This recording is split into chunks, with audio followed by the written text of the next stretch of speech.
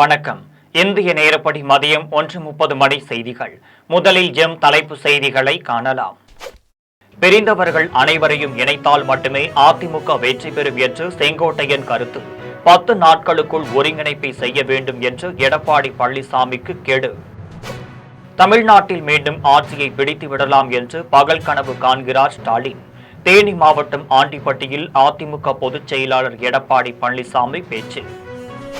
Oxford பல்கலைக்கழகத்தில் பெரியாரின் உருவப்படத்தை திறந்து வைத்த மு.க. ஸ்டாலின். பெரியாரின் பகுத்தறிவு ஒளி தமிழ்நாட்டின் எல்லையை தாண்டி உலகமெங்கும் பரவி உள்ளதாக பேச்சு. ஆசிரியர் நாளையொட்டி ராதாகிருஷ்ணனின் உருவப்படத்திற்கு தலைவர்கள் மலர் தூவி மரியாதை.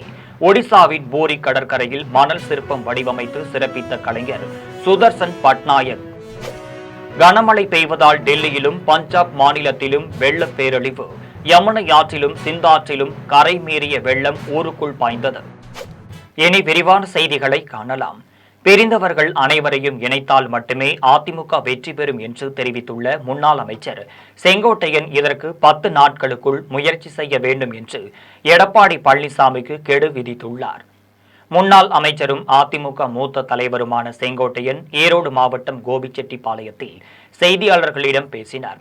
அதிமுக உருவானதில் இருந்து பிளவு வந்தபோதெல்லாம் ஜெயலலிதா, சசிகலா ஆகியோர் அனைவரையும் ஒருங்கிணைத்து கட்சியை கட்டி காத்ததாக தெரிவித்தார். 2024ஆம் ஆண்டு நாடாளுமன்ற தேர்தலில் பாஜகவுடன் கூட்டணி வைத்திருந்ததால் 30 தொகுதிகளில் வெற்றி பெற்றிருக்க முடியும் என தெரிவித்தார். அதிமுகவிலிருந்து வெளியேறியவர்களை மீண்டும் இணைத்துக் கொள்ள வேண்டும் என கோரிதான் வேலுமணி உட்பட மூத்த தலைவர்கள் 6 பேர் எடப்பாடி பழனிசாமியிடம் கோரிக்கை வைத்ததாகவும் அதை அவர் ஏற்க மறுத்ததாகவும் குறிப்பிட்டார். அதிமுகவிலிருந்து பிரிந்து சென்றவர்களை இணைத்தால்தான் வரும் சட்டமன்ற தேர்தலில் வெற்றி பெற முடியும் என்று கூறிய செங்கோட்டையன் இந்த ஒருங்கிணைப்பை 10 நாட்களில் மேற்கொள்ள வேண்டும் என்று எடப்பாடி பழனிசாமிக்கு கெடு விதித்தார். தனது கோரிக்கையை ஏற்றால்தான் சட்டமன்ற தேர்தலின் போது பரப்புரைக்கு செல்லப்போவதாகவும் இல்லாவிட்டால் பரப்புரைக்கு செல்லாமல் ஒதுங்கிவிடப் போவதாகவும் கூறினார். ஆகவே முக்கிய பொறுப்பிலே இருக்கின்றவன் நியமிக்கப்பட வேண்டும் என்று சொல்வதற்கு காரணமே தென் மாவட்டத்திலே பார்த்தால் தெரியும். உங்களை போன்ற பத்திரிகையாளரும் செய்தியாளரும் உங்களுக்கு நன்றாக தெரியும் நிலை என்ன இருக்கிறது என்பதை நீங்கள் புரிந்து கொண்டிருக்க முடியும். ஆகையெல்லாம் ஒருங்கிணைக்கிற போது தான் வெற்றி என்ற இலக்கை மட்டுமல்ல மாபெரும் வெற்றி அடைய முடியும். என்னுடைய கருத்தை பிரதிபலித்திருக்கிறேன். இதற்கு ஒரு காலக்கெடு வைத்திருக்கிறேன். அப்படி நடக்கவில்லை என்று சொன்னால் இந்த மணலிலே இருக்கின்றவர்களையும் ஒருங்கிணைத்து அதை வெற்றிகரமாக முடிப்பதற்கு நாங்கள் அனைவரும் முயற்சிகள் மேற்கொண்டு 2009 பொறுப்பிலிருந்து நீக்கப்பட்டார். அது உங்களுக்கு தெரியுமா?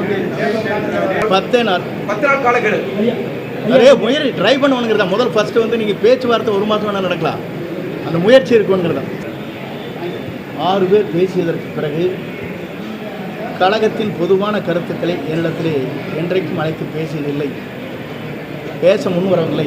எல்லோரும் ஒருங்கிணைக்கிற போது தான் கட்சி வலிமைப்படும். எல்லோரும் ஒருங்கிணைக்கிற போது தான் வெளியே சென்றவர்கள் அமைதியாக இன்றைக்கு கழகப் பணியை ஆற்றாமல் அமைதியாக இருக்கின்றவர் பல பேர் இருக்கிறார்கள். தேனி மாவட்டம் ஆண்டிப்பட்டியில் மக்களை காப்போம் தமிழகத்தை மீட்போம் என்ற தலைப்பில் அதிமுக பொதுச் செயலாளர் எடப்பாடி பழனிசாமி தலைமையில் பரப்புரை நடைபெற்றது. அப்போது முதலமைச்சர் மு.க. ஸ்டாலின் கேரள கம்யூனிஸ்ட் அரசிடம் பேசி முல்லை பெரியாறு அணை நீர்மட்டத்தை உயர்த்த நடவடிக்கை எடுத்திருக்கலாம் என தெரிவித்தார்.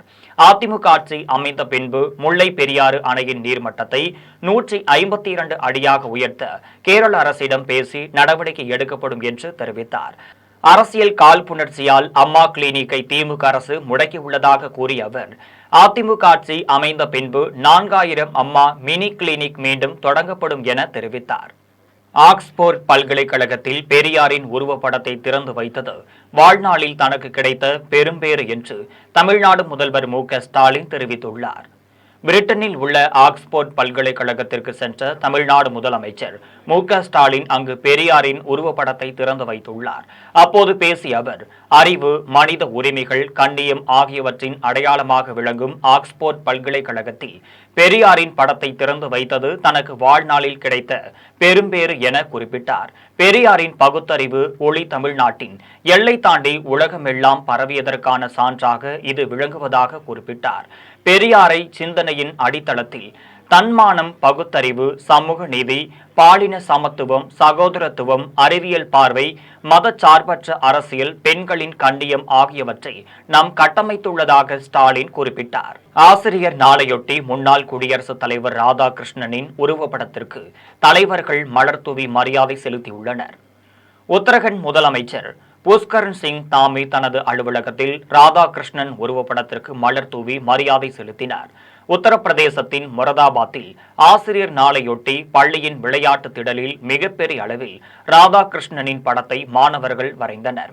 ஒடிசா மாநிலம் போரி கடற்கரையில் ஆசிரியர் நாளையொட்டி புகழ்பெற்ற மணல் சிற்ப கலைஞர் சுதர்சன் பட்நாயக் ராதாகிருஷ்ணனின் படத்தை மணலில் செதுக்கியும் வரைந்தும் உள்ளார். வட மாநிலங்களில் கனமழை பெய்து வரும் நிலையில் டெல்லியிலும் பஞ்சாப் மாநிலத்திலும் பல்வேறு பகுதிகள் கடுமையாக பாதிக்கப்பட்டுள்ளனர். ஜம்மு காஷ்மீர், லடாக், இமாச்சலம் ஆகிய மாநிலங்களில் கடந்த சில நாட்களாக கனமழை பெய்து வருகிறது. இதனால் சிந்து ஆற்றிலும் அதன் துணையாறுகளிலும் கரை புரண்டு வெள்ளம் பாய்கிறது. ஜம்மு காஷ்மீரில் சிந்து ஆற்றின் துணையாறான ஜிலத்தில் கரை புரண்டு வெள்ளம் பாய்கிறது. இதனால் பாதுகாப்பு கருதி ஸ்ரீநகர் பள்ளி கல்லூரிகளுக்கு விடுமுறை அறிவிக்கப்பட்டுள்ளது. பஞ்சாபின் பெரோஸ்பூர் மாவட்டத்தில் பாகிஸ்தானுடனான பன்னாட்டு எல்லையில் ஆற்றங்கரையோர ஒட்டிய கம்பிவேலி அமைக்கப்பட்டுள்ளது. ஆற்றில் கரை புரண்டு வெள்ளம் பாய்வதால் எல்லையில் உள்ள கம்பிவேலி தண்ணீரில் மூழ்கியுள்ளது. அதேபோல் ஆற்றின் கரையையும் வெள்ளம் அரித்து சென்றுள்ளது. இதனால் கரையை வலுப்படுத்தும் பணிகளில் உள்ளூர் மக்களும் மாவட்ட நிர்வாகத்தினரும் ஈடுபட்டுள்ளனர். பஞ்சாபின் பசில்கா என்னும் இடத்தில் ஜட்லேஜ் ஆற்றில் கரை மீறி பாயும் வெள்ளம் விளைநிலங்களையும் ஊரையும் மூழ்கடித்துள்ளது. தேசிய பேரிடர் மீட்பு படையினரும் இராணுவத்தினருமே தங்களுக்கு உணவுப் பொருட்களை வழங்கி வருவதாக அங்கு கூரையின் மீது தங்கியுள்ள மக்கள் தெரிவித்துள்ளனர். டெல்லியில் கனமழை பெய்தாலும் யமுனை ஆற்றில் அபாய அளவை தாண்டி வெள்ளம் பாய்வதாலும் கரையோர பகுதிகளில் தண்ணீர் தேங்கியுள்ளது. நிகம்போத் காட்டில் சாலையில் குளம் போல் தண்ணீர் தேங்கியுள்ள நிலையில் வாகனங்கள் மெதுவாக நீந்தியபடி சென்றனர். யமுனை ஆற்றில் நீர்மட்டம் அபாய அளவை தாண்டி உயர்ந்துள்ளதால் சுவாமி நாராயணன் கோவிலில் கடந்த சில நாட்களாக தண்ணீர் தேங்கியுள்ளது. வெள்ளத்தால் பாதிக்கப்பட்ட பகுதிகளில் இருந்து வெளியேற்றப்பட்ட மக்களை மயூர் விகாரில் அமைக்கப்பட்டுள்ள தற்காலிக முகாம்களில் தங்க வைக்கப்பட்டுள்ளனர். கேரளத்தில் திருவோணம் திருநாள் பாரம்பரிய சிறப்புடன் மகிழ்ச்சியாக கொண்டாடப்பட்டு வருகிறது. சிங்க மாதத்தில் வரும் திருவோண திருநாள் மலையாள மக்களால் ஓணம் திருவிழா என்னும் பெயரில் சிறப்பாக கொண்டாடப்படுகிறது. இதையொட்டி வெண்பட்டு சேலை அணிந்த பெண்கள் அத்தப்பூ கோலமிட்டு ஊஞ்சலில் ஆடியும் மகிழ்ந்தனர். ஆண்கள் மலையாள பாரம்பரியப்படி வேட்டி சட்டை அணிந்து ஊஞ்சலாடி மகிழ்ந்தனர். திருவனந்தபுரத்தில் நடைபெற்ற நிகழ்ச்சியில் கேரள பாரம்பரியமிக்க உணவு வகைகளுடன் அனைவருக்கும் ஓணம் சதயம் என்னும் பெயரிலான உணவு வழங்கப்பட்டது. ஓணம் திருநாளையொட்டி பூக்களால் கோலம் வரையும் போட்டி நடைபெற்றது.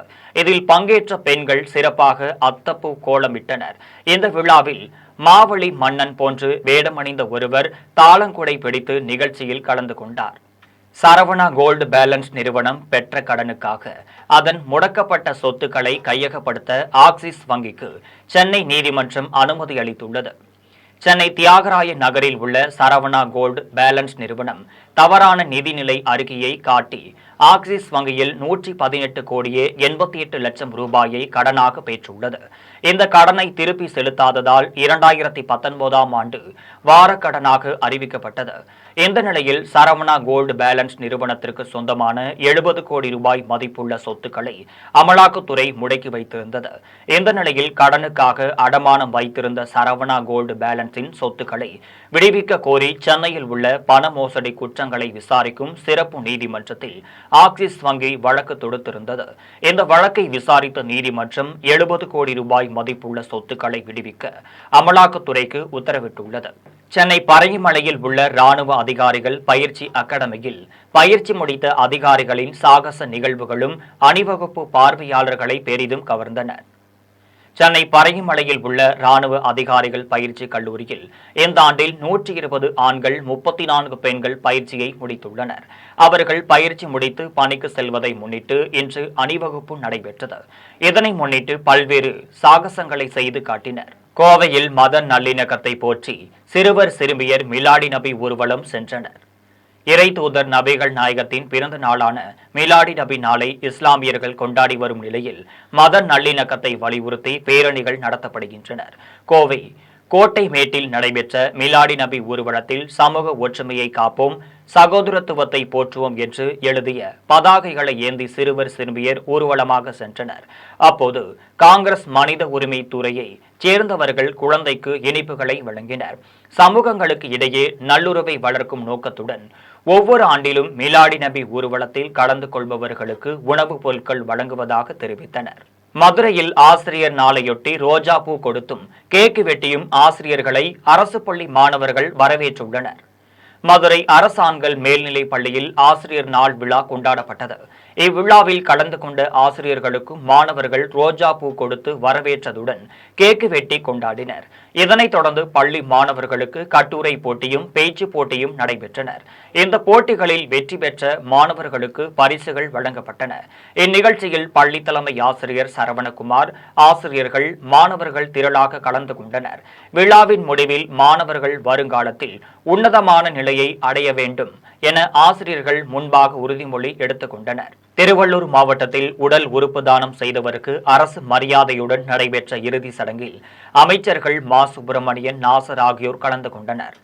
சென்னை ஆவடி வீராபுரம் மோரைச் சேர்ந்த செல்லப்பன் கூலி தொழிலாளி கீழ்ப்பாக்கம் அரசு மருத்துவமனையில் சிகிச்சை பெற்று வந்த செல்லப்பன் மூளை சாவு அடைந்ததாக மருத்துவர்கள் தெரிவித்தனர்.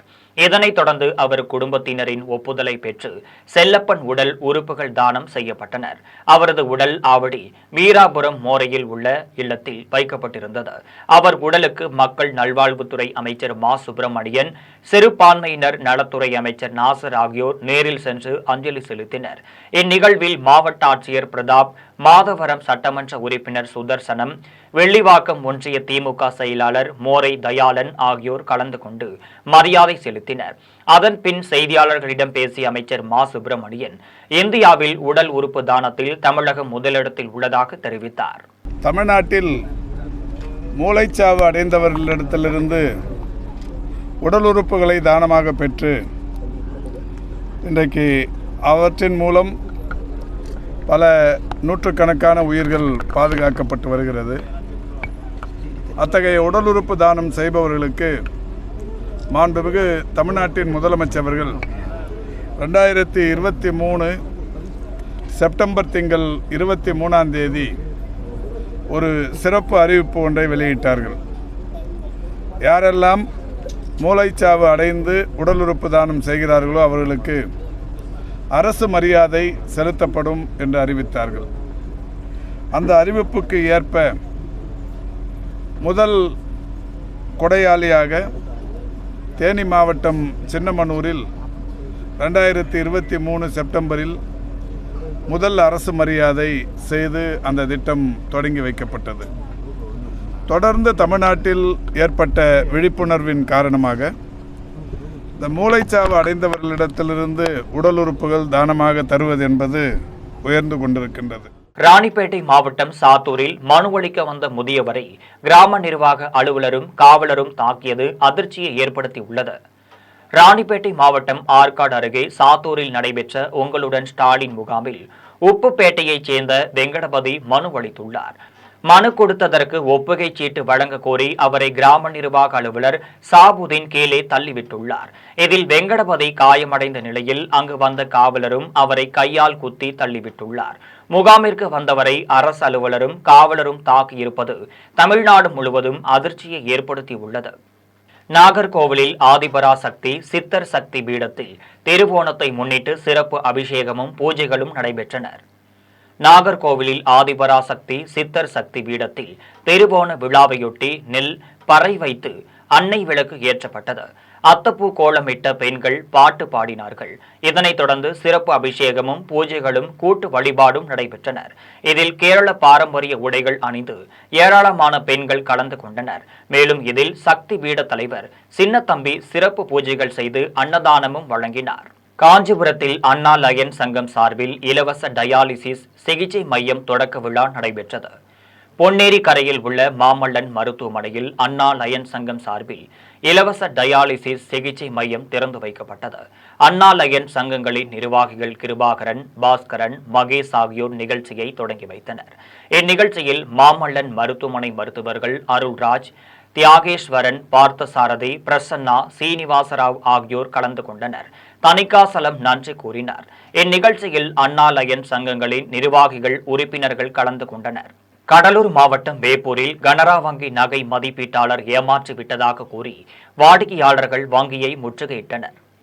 வேப்பூரில் உள்ள கனரா வங்கியின் நகை மதிப்பீட்டாளராக சுரேஷ் என்பவர் பணியாற்றி வந்தார். அடகு வைத்த நகைகளை மீட்க வரும் வாடிக்கையாளர்களிடம் பணத்தை பெற்றுக்கொள்ளும் அவர் தானே வங்கி கணக்கில் செலுத்தி நகையை எடுத்து வைப்பதாகவும் பிறகு வந்து பெற்றுக்கொள்ளும்படி பலரிடம் கூறி 15 லட்சம் ரூபாய்க்கு மேல் ஏமாற்றி உள்ளதாக கூறப்படுகிறது. இந்நிலையில் ஏமாற்றப்பட்டவர்கள் இதுகுறித்து வங்கி மேலாளரிடம் கேட்டபொழுது அவர் தனக்கு எதுவும் தெரியாது எனவும் நகை மதிப்பீட்டாளர் உயிரை மாய்த்து கொண்டதாகவும் தெரிவித்துள்ளனர். இதனால் அதிர்ச்சியடைந்த அவர்கள் வங்கியை முற்றுகையிட்டனர். இதுகுறித்து வேப்பூர் காவல் நிலையத்தில் புகார் தெரிவித்துள்ளனர். நாகர்கோவில் மாநகராட்சியில் குடிநீர் வரவில்லை என கூறி புகார் அளித்தவரின் வீட்டிற்குள் புகுந்து மாநகராட்சி ஊழியர்கள் தகராறில் ஈடுபட்டுள்ளதால் பரபரப்பு ஏற்பட்டுள்ளது.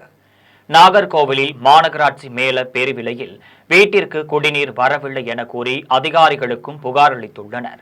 இதனைத் தொடர்ந்து மாநகராட்சி அலுவலர் பீட்டர் ஜஸ்டின் என்பவர் அடியாட்கள் போல் 5 பேர் கும்பலாக பெண்கள் இருக்கும் வீட்டிற்குள் அனுமதி இல்லாமல் அத்துமீறி நுழைந்துள்ளனர்.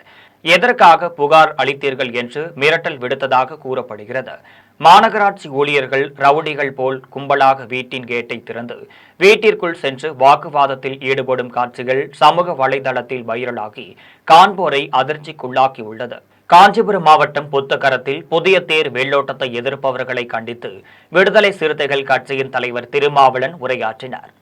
வாலாஜாபாத் புத்தகரம் முத்து கொளக்கியம்மன் கோவிலுக்கு தமிழ்நாடு அரசு சார்பில் 28,40,000 ரூபாய் மதிப்பில் புதிய தேர் செய்யப்பட்டுள்ளது. தாழ்த்தப்பட்ட மக்களின் தெருக்களிலும் தேர் உலா வர வேண்டும் என்று வேண்டுகோள் விடுத்தனர். இதனை கண்டித்து விடுதலை சிறுத்தைகள் கட்சியின் தலைவர் திருமாவளவன் உரையாற்றினார். அப்போது தாழ்த்தப்பட்ட மக்கள் வாழும் பகுதியில் தேர் வெள்ளோட்டம் வர வேண்டும் என்றும் அதற்கு மாவட்ட நிர்வாகம் நடவடிக்கை எடுக்க வேண்டும் என்றும் கேட்டுக்கொண்டார். இந்நிகழ்வில் ஒன்றிய செயலாளர் ஜார்ஜ் வளவன், நகர செயலாளர் வழக்கறிஞர் அசோக்குமார், காஞ்சிபுரம் மாநகர பொருளாளர் வினோத்குமார் ஆகியோர் கலந்து கொண்டனர். சேலம் மாவட்டம் ஓமலூரில் தனியார் பள்ளியில் நடைபெற்ற ஆசிரியர் நாள் விழாவில் ஆசிரியரின் சிறப்பு குறித்து மாவட்ட வருவாய் அலுவலர் சிறப்புரையாற்றினார். சேலம் மாவட்டம் ஓமலூரை அடுத்த ஆர்சி செட்டிப்பட்டியில் உள்ள புனித ஜோசப் பொதுமை பள்ளியில் ஆசிரியர் நாள் விழா நடைபெற்றது.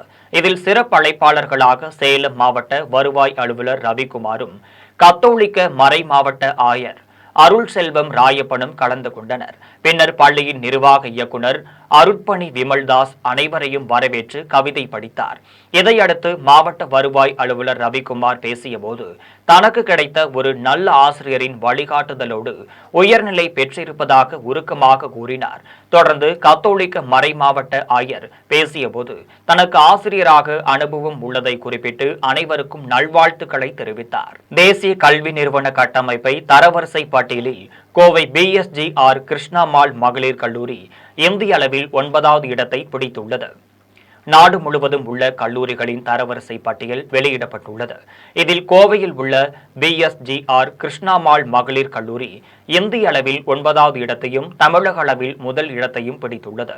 இதுகுறித்து கல்லூரியின் தலைவர் நந்தினியும் முதல்வர் ஆர்த்தியும் செய்தியாளர்களிடம் பேசினர். கல்லூரி நிர்வாகிகள், ஆசிரியர்கள், மாணவர்கள், பெற்றோர்கள் அனைவரும் இணைந்துதான் இந்த சிறப்பை பெற்றதாக தெரிவித்தார்.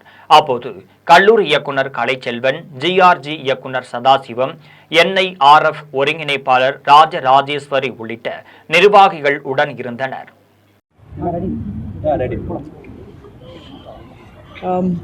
வணக்கம், குட் ஈவினிங். இன்று எங்களுக்கு ஒரு பெருமையான தருணம். PSGR கிருஷ்ணமால் மகளிர் கல்லூரி 2025 NIRF இந்திய தரவரிசையில் ஆர்ட்ஸ் அண்ட் சயின்ஸ் காலேஜஸ் கேட்டகரியில் நாட்டிலேயே 9ஆம் இடம் பெற்று உள்ளது. இதில் 4000க்கு மேலே காலேஜஸ் இதில் NIRF ரேங்கிங்க்கு அப்ளை பண்ணியிருக்காங்க. கடந்த 6 ஆண்டுகளாக நாங்கள் தொடர்ந்து டாப் 10 டாப் 10 NIRF ரேங்கிங்கில் வந்துட்டு இருந்திருக்கோம். இது எங்களுக்கு ரொம்ப ரொம்ப ரொம்ப ஒரு ப்ரெஸ்டீஜியஸ் ஒரு அவார்டு ரேங்கிங் எங்களுக்கு கிடைச்சிருக்கு.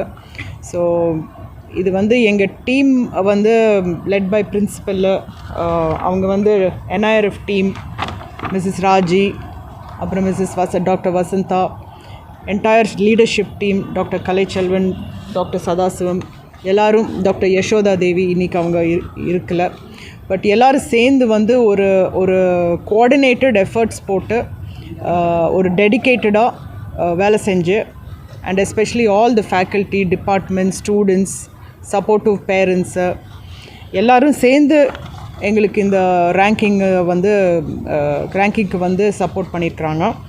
ஸோ இந்த ரேங்கிங்கை பற்றி பிரின்சிபல் வந்து மோர் டீட்டெயில்ஸ் கொடுப்பாங்க. ஸோ இந்த தடவை நாங்கள் 9th ரேங்கிங் வந்திருக்கோம். ஸோ ஃபார் த பாஸ்ட் 6 இயர்ஸாக நாங்கள் டாப் 10 பொசிஷன்ஸையும் மெயின்டைன் பண்ணியிருக்கோம். ஸோ அந்த 5 பேராமீட்டர்ஸில் வந்து first parameter teaching, learning and resources, second parameter research and professional practice, தேர்டில் graduate outcome, fourth outreach and inclusivity, fifth. கேரளத்தில் ஓணம் திருநாளை கோலாகலமாக மக்கள் கொண்டாடி வருகின்றனர். கேரளத்தில் ஆகஸ்ட் 27ஆம் நாள் அத்தம் திருநாளில் இருந்து ஓணம் கொண்டாட்டம் தொடங்கியது. நாள்தோறும் ஒவ்வொரு வகை என 10 நாளும் 10 வகை பூக்களால் வீட்டின் முற்றத்தில் கோலமிட்டு கடவுளை வரவேற்றனர். இதனைத் தொடர்ந்து மாவழி மன்னனை சூழ்ச்சியால் வீழ்த்திட திருமால் வாமனராக அவதரித்து இதற்கு மன்னன் இசை வளித்ததுடன் ஓரடியில் பூமியையும் 2ஆம் அடியில் வானத்தையும் அளந்து 3ஆம் அடியை மாவழியின் தலையிலும் வைத்தார். ஆண்டுதோறும் தன்னுடைய மக்களை காண வரும் மாவழி மன்னனை வரவேற்கும் நாளை ஓணம் என்னும் திருவோணம் திருநாளாக கேரள மக்கள் கொண்டாடி வருகின்றனர். தொடர்ந்து புத்தாடை உடுத்தும் பல்வேறு கூட்டுகளுடனும் மதியம் ஓணம் சத்தியா உண்டும் ஓணம் திருநாளை கொண்டாடினர். மீண்டும் ஜெம் தலைப்பு செய்திகள். பிரிந்தவர்கள் அனைவரையும் இணைத்தால் மட்டுமே அதிமுக வெற்றி பெறும் என்று செங்கோட்டையன் கருத்து. 10 நாட்களுக்குள் ஒருங்கிணைப்பை செய்ய வேண்டும் என்று எடப்பாடி பழனிசாமிக்கு கெடு. தமிழ்நாட்டில் மீண்டும் ஆட்சியை பிடித்து விடலாம் என்று பகல் கனவு காண்கிறார் ஸ்டாலின். தேனி மாவட்டம் ஆண்டிப்பட்டியில் அதிமுக பொதுச் செயலாளர் எடப்பாடி பழனிசாமி பேச்சு. ஆக்ஸ்போர்ட் பல்கலைக்கழகத்தில் பெரியாரின் உருவப்படத்தை திறந்து வைத்த மு.க. ஸ்டாலின். பெரியாரின் பகுத்தறிவு ஒளி தமிழ்நாட்டின் எல்லையை தாண்டி உலகமெங்கும் பரவி உள்ளதாக பேச்சு. ஆசிரியர் நாளையொட்டி ராதாகிருஷ்ணனின் உருவப்படத்திற்கு தலைவர்கள் மலர் தூவி மரியாதை. ஒடிசாவின் பூரி கடற்கரையில் மணல் சிற்பம் வடிவமைத்து சிறப்பித்த கலைஞர் சுதர்சன் பட்நாயக். கனமழை பெய்வதால் டெல்லியிலும் பஞ்சாப் மாநிலத்திலும் வெள்ள பேரழிவு. யமுனை ஆற்றிலும் சிந்தாற்றிலும் கரை மீறிய வெள்ளம் ஊருக்குள் பாய்ந்தது. இத்துடன் ஜெம் செய்திகள் நிறைவடைகின்றன. மீண்டும் ஜெம் செய்திகள் மாலை 6 மணிக்கு. உடனுக்குடன் செய்திகளை காண gemlive.tv என்ற இணையதளத்தில் இணைந்திருங்கள். நன்றி, வணக்கம்.